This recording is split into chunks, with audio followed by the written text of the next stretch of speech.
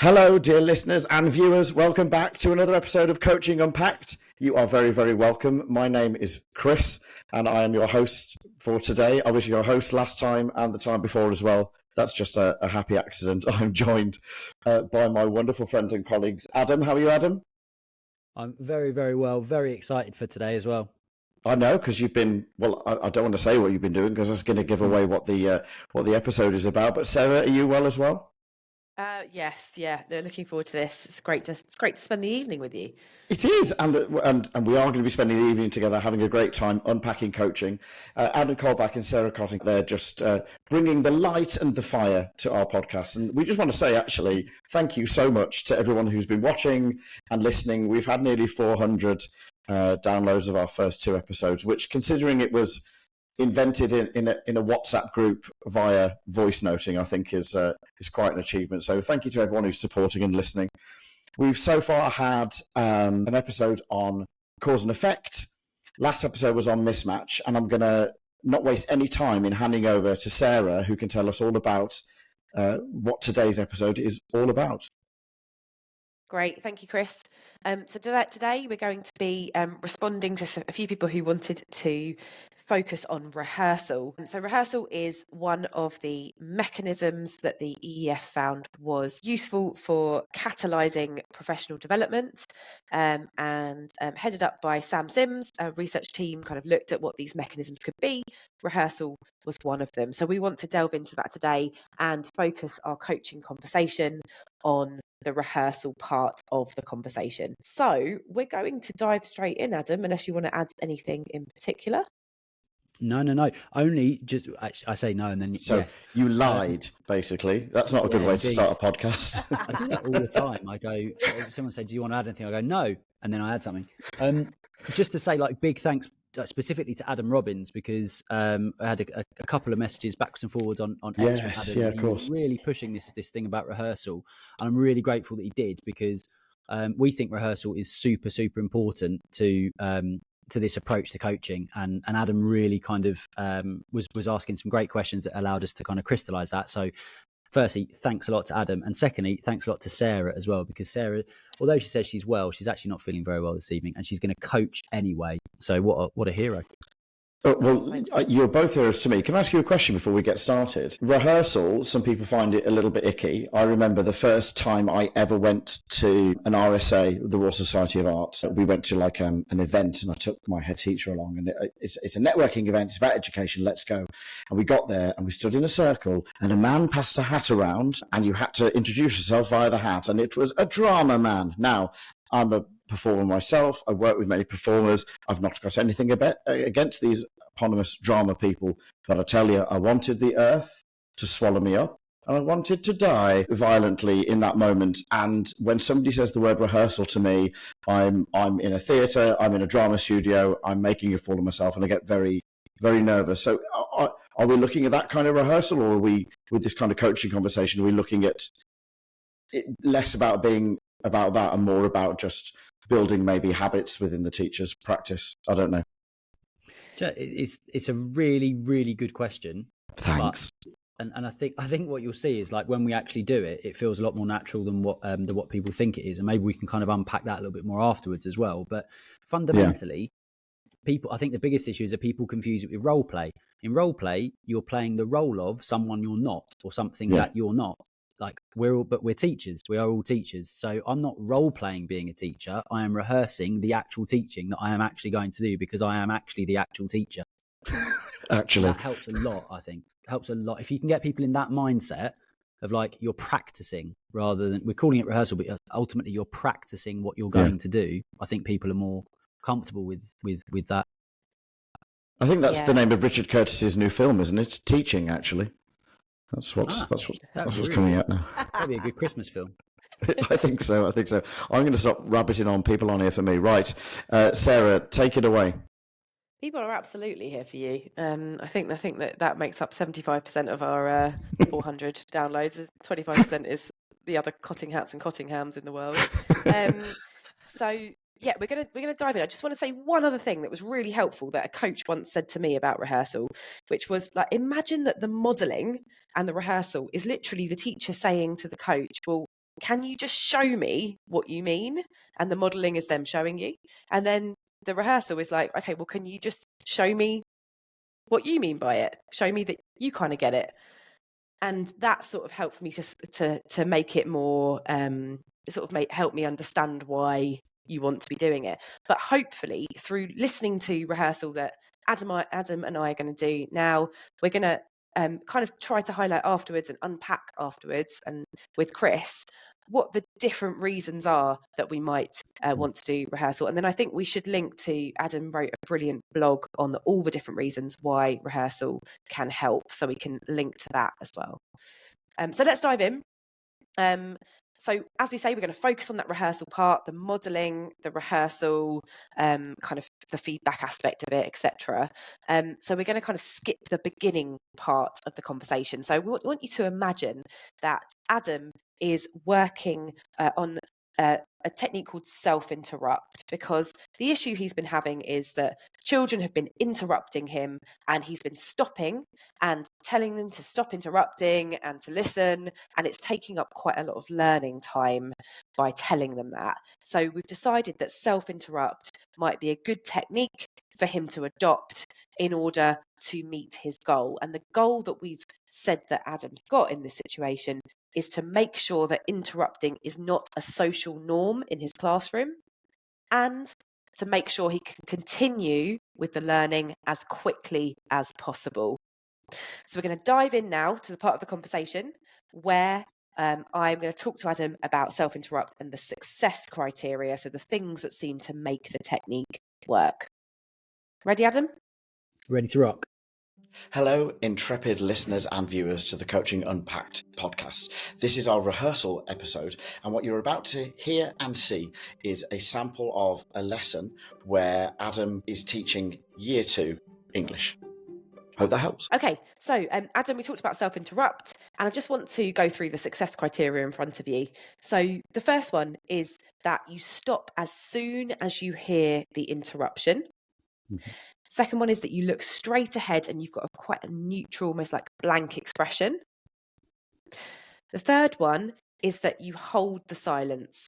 So hopefully the student will stop interrupting you and you just hold that silence for just a moment longer. And then you go back to the beginning of your sentence and carry on with what you were saying. So given that those are the success criteria, I just want to take a moment to analyse how they might help you to meet your goal of making sure interrupting is not a norm and continuing with the learning as quickly as possible. What do you think? Okay, so I suppose going back to the goal then, it's to make sure that interrupting isn't a social norm. If I take that part of the goal, social tends to sort of refer to groups and communities. And I suppose that by signalling to that one student that I'm unhappy with that interruption, then I'm also signalling to all of them that I would also be unhappy with any further interruption. And so although it's a message directed at one, it kind of has the effect of also sending that message to all of them. Yeah, potentially and hopefully. And there are some other criteria in there that really support that point about continuing with the learning. So you're stopping as soon as you hear the interruption. So that's helping to build that social norm, and it's making sure we can correct it and move on and get on with the learning as quickly as possible. You are holding that silence for just a second to really signal that, like, this is not acceptable, this is not a social norm, and then getting back on with it. And then you're going back to the beginning of your sentence. Why do you think you go back to the beginning of your sentence? Well, I guess like building on what you just said there. So I guess the other part of the goal is about the getting on with learning as quickly as possible. And that's because learning is the focus of what you're actually in that room to do. And so I guess we're also going, right, I'm going to hold that silence because there's no point in me. I cannot possibly risk continuing to speak if I haven't got everybody's attention and if everybody's not absolutely on me, because what I'm about to say is so important. I can't afford to risk anyone missing it. And I guess therefore going back to the beginning of the sentence, I guess what I'm saying is what I'm about to tell you, or what I've already tried to tell you, is so important. I also can't take the chance on anyone having missed that. So I'm going to go back to the beginning of the sentence just to make absolutely sure that everyone's got it, because it is that important. Yeah. So you mentioned earlier on when we were talking about self-interrupt that Liam, who was the student who interrupted you in this situation that we're talking about, that he might feel a little bit rubbish about the way that the self-interruption and the way you're reacting. Can you tell me a bit more about that? Well, Liam's one of those characters that like he's impulsive, so he wouldn't necessarily. I don't think he calls out because like he genuinely wants to disrupt the lesson. I think it's just he's excited and sort of makes a connection between something I've said and like his own experience and just wants to share it and can't sort of stop himself. And I wouldn't want to kind of kill that enthusiasm. So I guess I'm a little bit worried that if I do this, am I going to sort of dampen his enthusiasm to contribute further on? Okay, yeah, interesting. So hold that in mind as well. You're going to see the Okay. model. We'll come back to that, and we'll see how it feels and how you think Liam might react to it as well afterwards. So have a look at those success criteria as I model self-interrupt. I'm going to need you to be Liam in this situation, and I am going to be the teacher, and we're just going to pick up in exactly the same scenario that you were in. So I'll be talking about sharing and you'll interrupt. Can you remember what Liam said when he interrupted? So you're ready? Yeah. So we've been reading a book about sharing your things, and we were talking in this lesson about sharing feelings. And he said there's not going to be any sharing going on this weekend. Okay. So watch out for the success criteria. See how you think it feels, and remember to interrupt me. For listeners who are watching on YouTube, I want to stand up and do this properly, but I've got headphones on that are going to ping out and it's not going to be good. So imagine that I am standing up. Okay, so we've been talking a lot about sharing and we've been reading a book about sharing. And in the book, It's not going to be any sharing this weekend. In the book, it talks about sharing physical things like your toys and your food, but we also want to talk about sharing things that aren't physical, like your feelings. Okay, Adam, talk me through what success criteria you saw there and how it seemed to you. So stopping as soon as you hear the interruption, that definitely felt like it definitely sent that message that, oh, actually this is really important. Like you haven't just continued and then you're sort of stopping and coming back to me later. And that definitely sort of felt like you were sending the signal that I'm stopping because the learning's been interrupted, not because I'm annoyed on a personal level and feel disrespected on a personal level.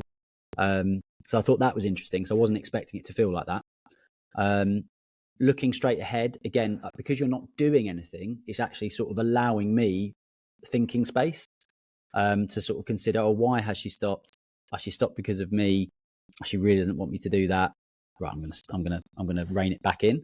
Whereas I think if you'd have done something else or looked at me or done something else, I would have been listening to what you were saying at that point, but I wouldn't have been reflecting myself. The silence was just long enough for it to start to feel uncomfortable, which was interesting, but not so long that I felt like, victimized, I guess. And the fact that you went back to the beginning of the sentence, like I almost wonder if there's like a restorative element to that as well, because it's like, okay, you've started to speak, I've interrupted, so it's actually it's on me, but you've forgiven me, and so therefore you're going back to the beginning of the sentence to give me another opportunity to hear that bit that I missed through my own interruption. Yeah, that's really interesting. I hadn't actually considered that. That's a really good point about going back is almost like a reset and a refresh. And thinking about your concern about like Liam maybe feeling a bit ostracized afterwards. How do you feel like you might need to reintegrate him, and how do you think you might do that? Well, I guess like there's a bit there which is like the very fact that you went back to the beginning of the sentence, like that reset kind of addresses that to an extent. But then probably what I would also do is just kind of find another time later on in the lesson, take him to one side, have a chat with him, explain exactly why I'd interrupted, why I stopped, and why that's a problem, and just make sure that relationship's better. Okay. Do you think that that's like, I suppose what's going on in my head, I'm thinking like having a conversation with him might change like what is quite a quick technique to sort of get everybody back on track, might make it a bigger thing than it actually is. So if we're saying this is like a really least invasive, and we've talked about that quite a lot, haven't we? Least invasive ways of dealing with things, that maybe there might be a least invasive way of kind of reintegrating him back into the class if he does feel like that. Is there something you can think of that might be more least invasive? Yeah, I suppose, if the idea is about reintegrating him back in, it's a learning environment that I'm trying to reintegrate him back into. So I guess if I asked his opinion of something that we later on discuss, or ask him a question, and if he gives me a response that is appropriate and shows that he's listening, perhaps then it's an opportunity to praise, and that in itself sort of rebuilds the relationship. Nice. And that also focuses on the learning. That's part of your goal. Get everyone kind of focused on the learning and thinking about the learning. Okay, so you've seen the model. I'd like you to have a go now. So you can kind of show me how you understand this technique going. And it's very different to seeing it or reading the success criteria on paper to actually doing it. So give it a go, and then we'll have a look at how you're doing those success criteria. We'll do exactly the same thing. You'll be talking about sharing, and I'll be interrupting as Liam did. Okay, great. Okay, so I'm obviously taking my position at the front of the class. I'm ready to go. Okay, everyone. So this afternoon, we're going to be talking again about sharing. Now, sharing is something that we've discussed a lot recently when we read this book. But when we were reading this book, we were most of the time thinking about sharing. There won't be any sharing going on this weekend. Okay, so earlier on when we were reading this book, we were thinking about sharing physical things like our toys and our food. But today we're going to be moving on to thinking more about sharing things that aren't physical, like sharing our feelings. Okay, Adam, great. So you did stop as soon as you heard me. So that was one of our success criteria. You did look straight ahead, and it was neutral. You did hold that silence as well. However, when you went back to the beginning of the sentence, you kind of said, you went, okay, so. Did I? And it sounded a little bit like you were kind of a bit irritated at that point. And I was wondering, when you did that, whether that might detract a little bit from your goal, which is just to kind of get learning back on track, and that your concern that you had about Liam feeling a little bit ostracized afterwards, that might contribute. What do you think? I would have absolutely just doubled down on him feeling like that if that is how he felt, wouldn't I? That's so interesting. So I wouldn't actually have picked up on that myself. That's probably just like a natural thing that I'm doing. Okay, so if we want to make it about the learning and we want to focus it on getting everyone kind of back into the zone, we might take out that okay. Well, we will take out that okay, so aspect of it. So let's give that a go again, and try and be aware that when you go back to the beginning of the sentence, you're just going to go back to the beginning of the sentence straight after the silence. Brilliant. Okay. Okay, everyone. So this afternoon, we're going to be talking about this book. And when we've been reading this book recently, we've been talking about sharing. And we've been talking about sharing. There won't be any sharing going on this weekend. We've been talking about sharing in the context of sharing our toys or sharing other physical things. But today we're going to talk about sharing in the context of sharing things that aren't physical, like sharing our feelings. So you didn't use okay, so, but I think in the thought process that you had to have to not use okay, so, you missed out on that longer silence. So that silence was better the first time when you had that longer pause. So let's try again. Okay, cool. Putting it all together this time. Okay, here we go. Right, everybody. This afternoon, we're going to be thinking about sharing. And we've been thinking about sharing quite a lot lately when we've been reading this book. And in this book, we thought about sharing in the context of sharing physical things. There like won't sharing be any our sharing food. this weekend. We've been thinking about sharing in the context of sharing physical things, like sharing food or toys. But today, we're going to think about sharing things that aren't physical, like sharing our feelings. Okay, you had the silence longer there, and actually I felt that slight discomfort and that feeling of like, I can see the whole class, that social norm part. I see that the whole class registering that that's not okay. Like Adam is not going to continue until that interruption is over.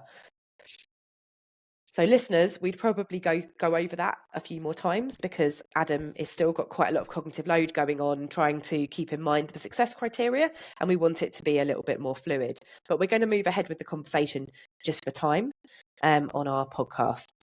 So Adam, now we've rehearsed, I want us to think about the question we always ask ourselves, which is, we come back together next week and self-interrupt hasn't worked. Why? Right. If it's not going to work, 100%, it is going to be either because Liam doesn't stop or because another child finds it funny and then they don't stop.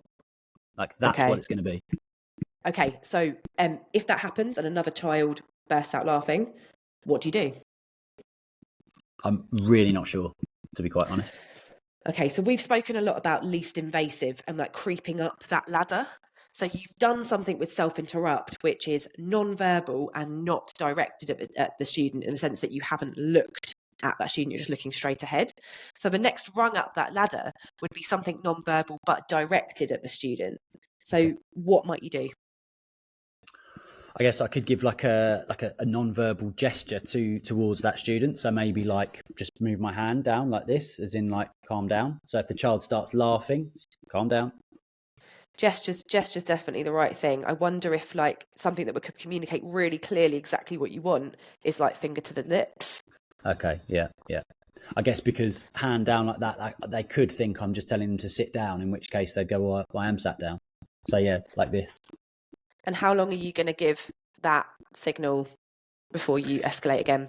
My gut would be not as long as the silence, only because if I've got a long silence and then I've got a long finger on lips, then this whole episode ends up being quite long. And then people are going to, the information that I was communicating before this all started is going to become really transient as a result of that.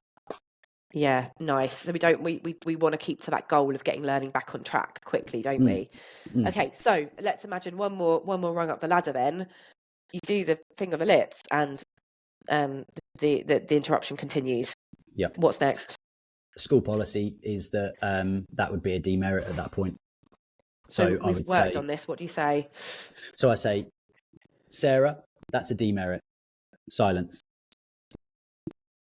Sarah, that's a demerit. Silence. Okay.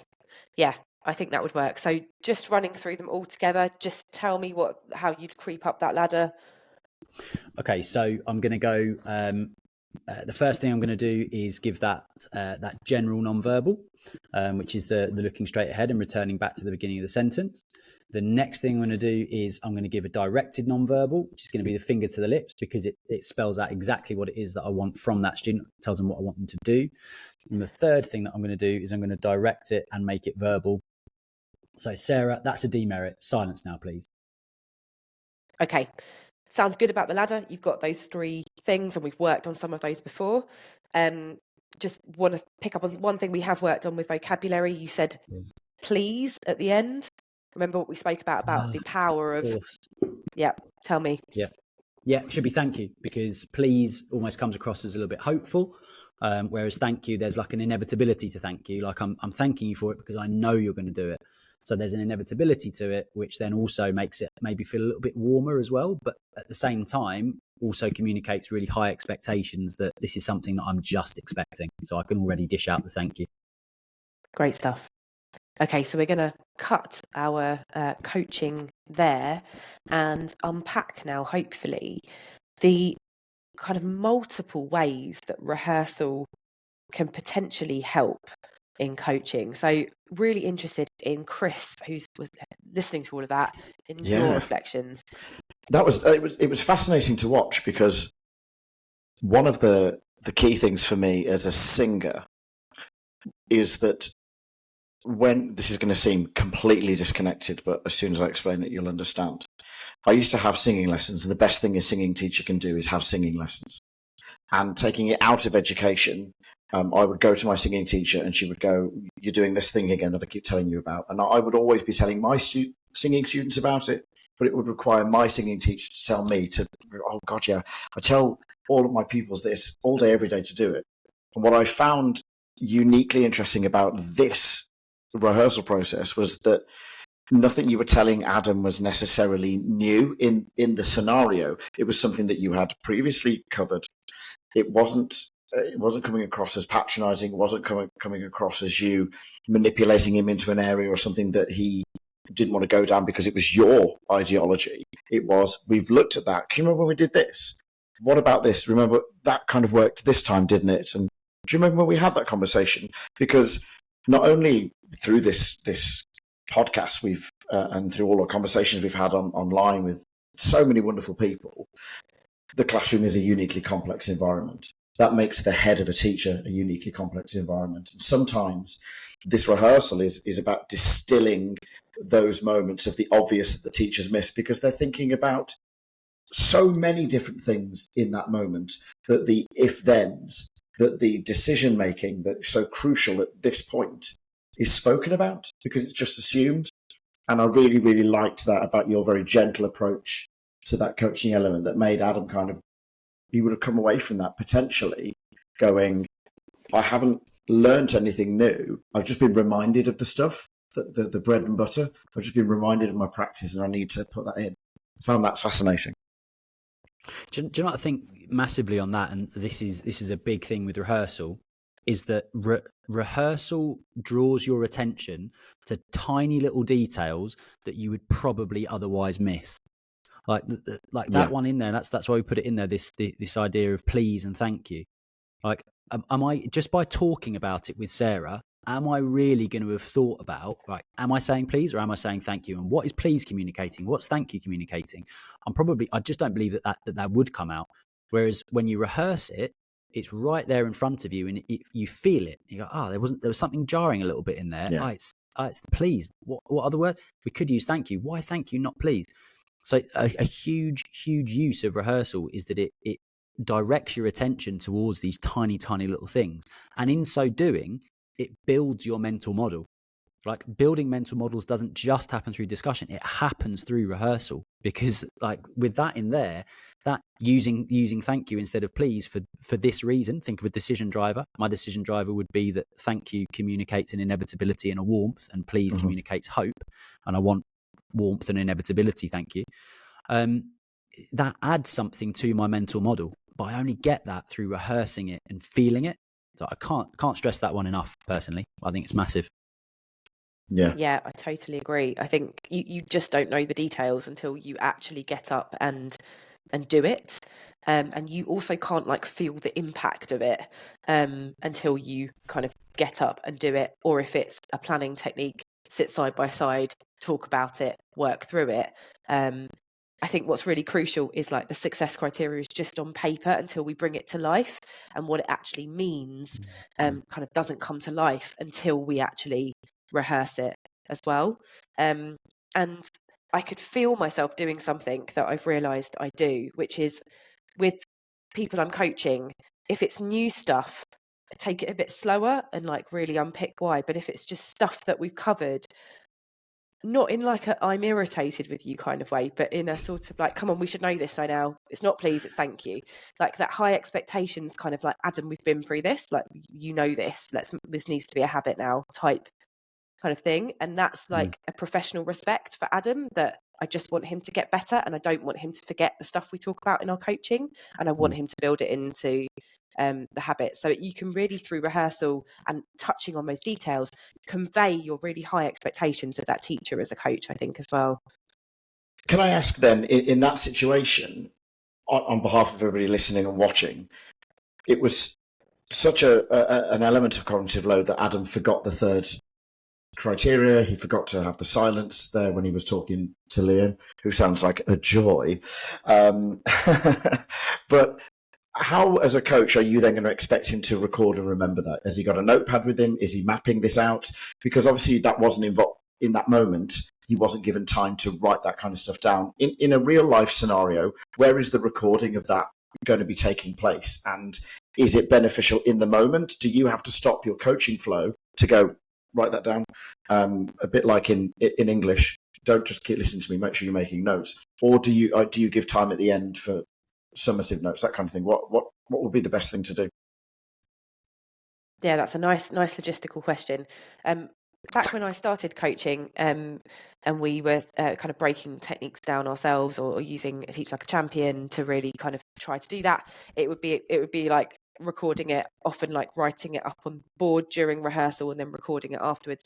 Now we've got quite a few platforms which have this available, and you can store it and go back to it. So I think logistically it's been made a lot easier.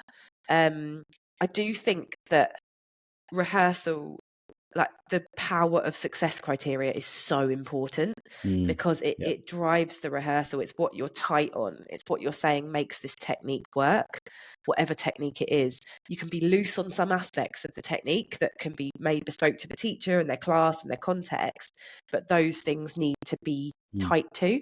And as a coach, a success criteria is super useful, because that's what you feed back on. You're not feeding back on anything and everything. You're focusing usually on those things, and there's this informal contract there between you and the coachee that, like, this is what I'm looking for and this is what we're working on, and it hangs the modeling, the practice or rehearsal, and any kind of like feedback and getting it right. It hangs that all together.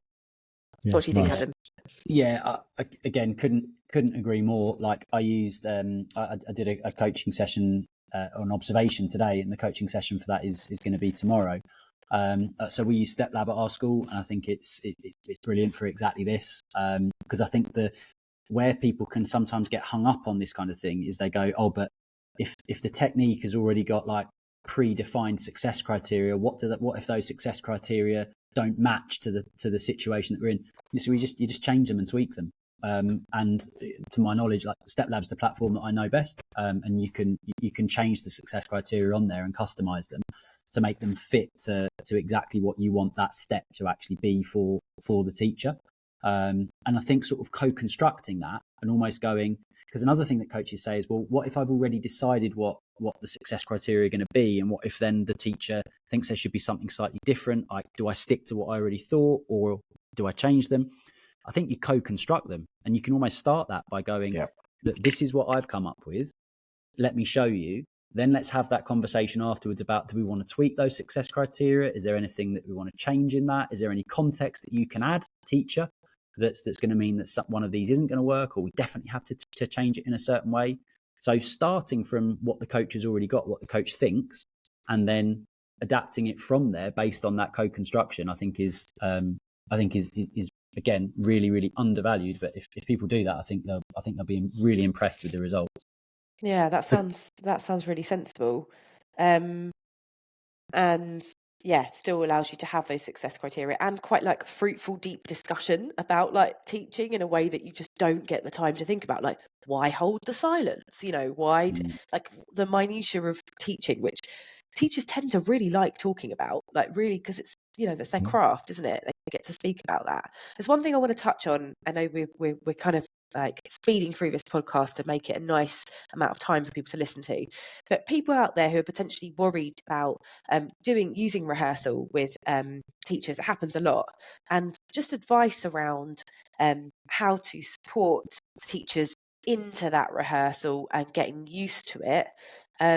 And there are obviously different types of rehearsal. There's the rehearsal that Adam and I did, where it was like get up and practice a technique that you're going to deliver. And there's rehearsal around, say, like planning some multiple choice questions and the thought process that goes into doing that, for example. So there's planning stuff too. And people tend to be quite worried about those performance rehearsals a little bit more, I find, than planning. So I just wondered, Adam, if you could kind of give some tips for anyone who wants to like support their coachee into doing this rehearsal. Yeah, I think firstly, like go slow and go nice and gently with it. But I think the biggest single thing is to jump up and model it yourself first, and like take critique from the teacher on it. Like if I'm ever coaching someone and it's like the first session I've done with them, I will model, and sometimes not very often, but there have been times where I've deliberately modeled something that I think they will probably not like, or deliberately model something that they'd be able to look at and go, oh, I'm not sure about that for my class, to give them the opportunity to go, oh, I'm not sure about that. And I go, yeah, you think? Okay, cool. Let me just run it one more time. Let me know what you think of this one. And then, so we're kind of using my modeling to get, and like that kind of refining of my model first, to get to the point where we're like, Right, okay, you're happy with how that looked when I did it? Yeah, happy with that. Okay, great. Give it a whirl. And then I sit down, so often sort of I sit down, avoid eye contact, and by the time, and I then look up and they're stood up. And as soon as you've got them out the chair, they're going to do it. Because it's harder at that point, once they're out the chair, it's harder for them to sit back down than it is to just give it a go. But I think the big thing I would say with it is, like I say, just dive in, model it yourself, and model that sort of vulnerability, as Chris talks about a lot. Model that vulnerability of having your model critiqued, and they are way more likely then to jump into rehearsal themselves. Yeah, nice. I was just about to say that it's the vulnerability there, the ability to have them feel psychologically safe in that moment to maybe get up and do something they would otherwise not do. They do it every day. That's the point. That's their job. They get up and do it every day. The difference is that they're doing it in front of a peer, a colleague, and for some people that'll be even worse because they're doing it in front of someone who is potentially superior to them in the hierarchical structure of the school. And if I give a bad answer, if I do this wrong, am I being observed? That all of those things need to be got rid of in order for a bit like we do with our young people. We need to get them to a place where they feel psychologically safe, whatever you have to do as a coach to make them feel relaxed. And obviously the example that you've given today is so useful, but it is an artifice. It's placed in a separate space and time, and it's acknowledging that there's a lot of work that has to happen before you get to that point. But Absolutely. my key takeaway from this is that it's going to be worth it, because by the time you get there and you only have to give that side glance and they're up and doing it, your job of allowing them to have that moment of self-discovery and kind of going, I can do this. I haven't learned anything new necessarily in terms of acquired new knowledge. I've just remembered.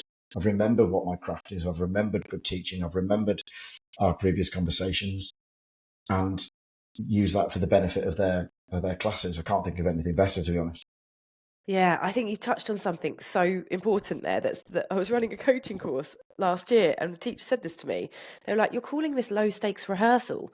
This feels way more high stakes than when I do it in front of the kids." And I was like, "Oh my God, I just didn't really think about it like that." But it doesn't feel low stakes. So having Adam, who is a deputy head, like usually coaching people who are not quite as senior in the school, being vulnerable and doing that is really powerful. And we can also do things like just, teachers, get your teachers who are coaches, get your scaffolding tricks and tips out of the drawer, because it's basically like, get them to do it sitting down first, get them to script it and read off a script to start with. Like, do anything you can to sort of like ease them in quite gently with it. Mm-hmm. And then you can kind of build up to things being successful, because the cognitive load of doing it is high, even with like reasonably quote unquote simple techniques. And because we're a bit stressed because, there's someone in front of us who we don't want them to think that we're a terrible, terrible teacher. Like just to add one like final thing, I was doing a session with a trainee teacher this morning, and during the model, I got kind of like probably like a third of the way through it, and I wasn't happy with it, and so I didn't feel quite right. Let me start again. And I think I didn't do that on purpose. I genuinely just got it wrong, but that was quite a nice moment, because for her to see that actually I've been going sort of 16 years or so, but like this is still hard for me to like run something through like that. It just adds that sort of human element to it, that like if you mess it up as well, just do what I just did. Just go, I'm gonna run that one again. Brilliant. Listen, both, it's been absolutely fascinating. Thank you for spending your evening with me rehearsing. I've taken so much from today. I've got a coaching session tomorrow. My accidental I did a coach session. Can't wait. And I'll have to let you guys know how that gets on. But anybody out there, we are coaching Unpack on X. I'm sure we'll be moving to Blue Sky soon. Everybody else is. But you can contact us on there. So many people have. And that's where today's episode came from. So as we head towards Christmas and look towards the new year, anything that you think we should be covering that's going to help you in your coaching career, you need to let us know. And as you can see, we'll build you an episode. Why would we not do that? But thank you so much. Reach out, share, have a listen back to them, and check out all of the cognitive coaching that Sarah's doing. And of course, if you want to listen to any of the EduPulse podcasts that are on this channel as well, you are more than welcome. But it's It's a pleasure to have you all listening and having such lovely feedback. Oh, I've gone all gushy, guys. I didn't mean to. But I guess it's a goodbye from us, and we'll see you all soon. See you soon. Thank you. See you next time.